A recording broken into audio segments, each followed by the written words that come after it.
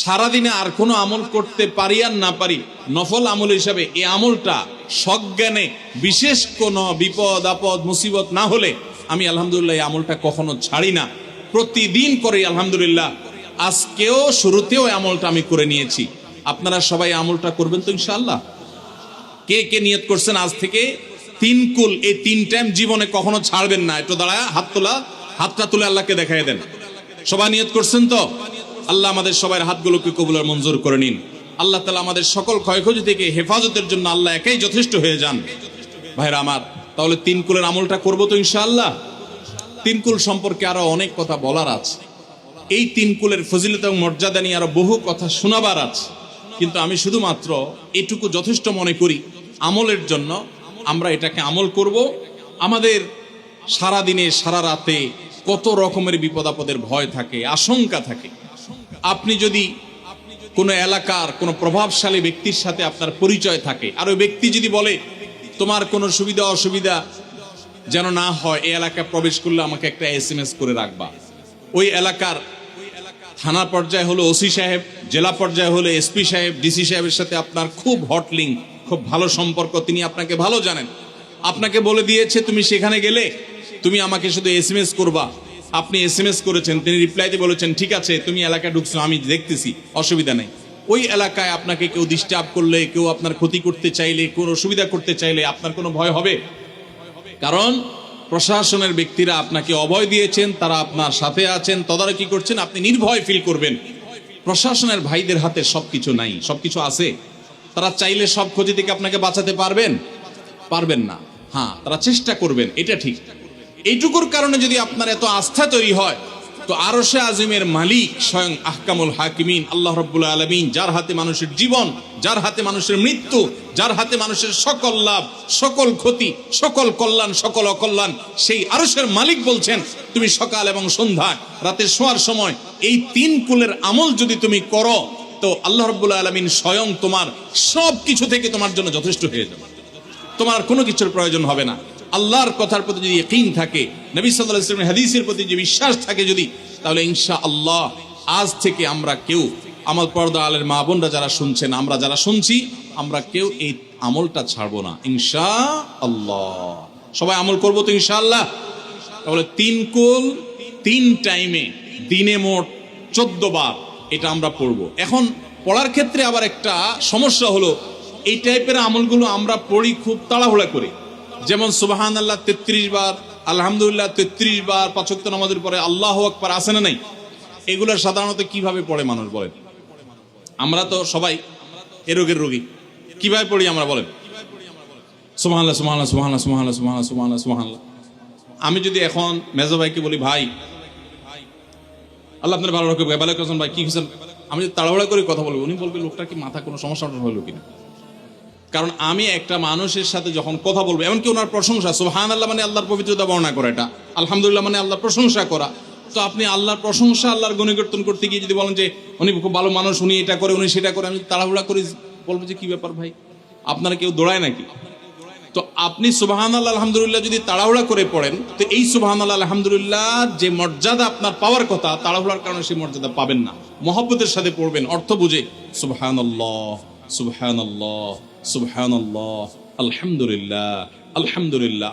Quality maintain করবেন। দেখেন আমাদের মুসলমানদের, গোটা দুনিয়া জুড়ে মুসলমানদের একটা বড় ত্রুটি হলো যে আমরা আজকাল কোনো কাজে, সেটা দুনিয়ার কাজ হোক আর আখিরাতের কাজ হোক, সব কাজেই আমরা তাড়াহুড়া করে কোয়ালিটিটা নষ্ট করে ফেলি, আমরা কোয়ালিটিটা ঠিক রাখি না। আমার আফসোস লাগে অমুসলিম প্রধান দেশগুলোতে যখন যাই বা তাদেরকে যখন দেখি যে তারা কাজের মধ্যে কোয়ালিটিটা ঠিক রাখে, যেটাই করে কোয়ালিটি ঠিক রাখে, অথচ এই নির্দেশ আমাদেরকে আমাদের রাসূল দিয়েছেন, ইন্নাল্লাহা ইউহিব্বু ইযা আমিলা আহাদুকুম আমালান আন ইউতকিনাহু।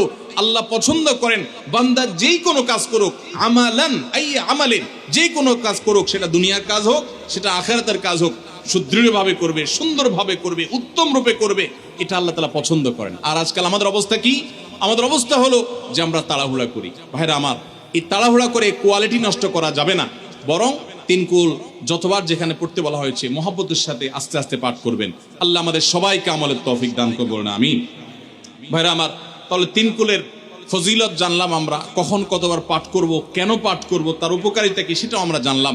আমাদের ছোট্ট একটা বই আছে রাসূলুল্লাহ সাল্লাল্লাহু আলাইহি সাল্লামের সকাল সন্ধ্যার দোয়া ও জিকির, সেখানে সকাল সন্ধ্যা নবী সাল্লাল্লাহু আলাইহি সাল্লাম যে জিকির দোয়া জিকিরগুলো করতেন সেগুলো দেওয়া আছে, চটি বই, এগুলো অনলাইন থেকে ডাউনলোড করেও পড়তে পারেন, টাকা দিয়ে কেনারও প্রয়োজন নাই। সেগুলোর মধ্যে এই আমলটা সর্বাগ্রে গুরুত্বের সাথে শুরুর দিকে এটা রাখা আছে, আমরা চেষ্টা করব আমলের। এবার আমি চলে যাচ্ছি সূরা ইখলাস, সূরা ফালাক এবং সূরা নাস, তিনও সূরার সংক্ষেপে একটু এটার অর্থ এবং এটার ব্যাখ্যাটা আপনাদেরকে জানাবার। প্রথম নম্বরে চলে আসি আমরা সূরা ইখলাসের ব্যাপারে।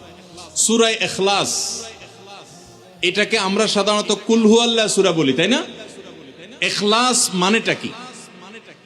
আমরা যেহেতু এই সূরাগুলো নামাজের মধ্যে সবচেয়ে বেশি পাঠ করি, ঠিক না বেঠিক?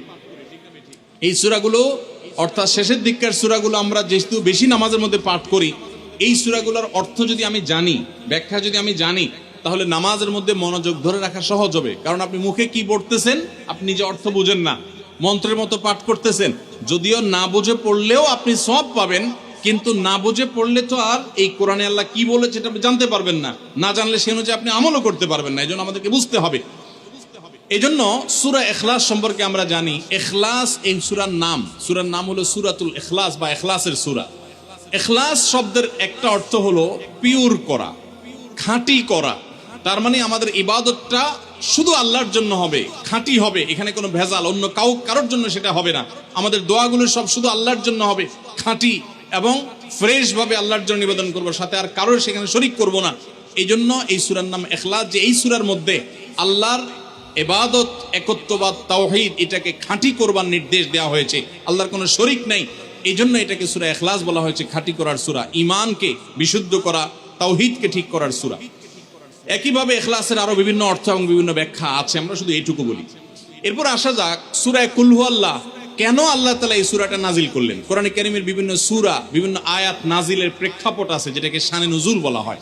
কেন এই সূরা আল্লাহ তাআলা আমাদেরকে দিয়েছেন এ সম্পর্কে প্রিয় নবী সাল্লাল্লাহু আলাইহি সাল্লামের এক সাহাবী, তার থেকে একটি হাদিস বর্ণিত আছে। সেই হাদিসের আলোকে আমরা জানি যে মক্কার মুশরিকরা, মক্কার কাফিররা, অবিশ্বাসীরা, তারা প্রিয় নবী সাল্লাল্লাহু আলাইহি সাল্লাম যখন তাওহীদের দাওয়াত দিলেন, আল্লাহর পথে আসার দাওয়াত দিলেন, তারা বলল, মুহাম্মদ, আমরা তো সবার বংশ পরিচয় জানি। সেই যুগে মানুষ উটের পর্যন্ত বংশ পরিচয় জানতো, শিখতো।